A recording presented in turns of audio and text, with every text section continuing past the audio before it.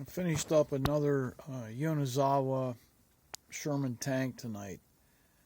This one was quite a project, just like this one was. This one came from India, and it was a rust bucket. When I tore it apart, there was literally no internal wiring.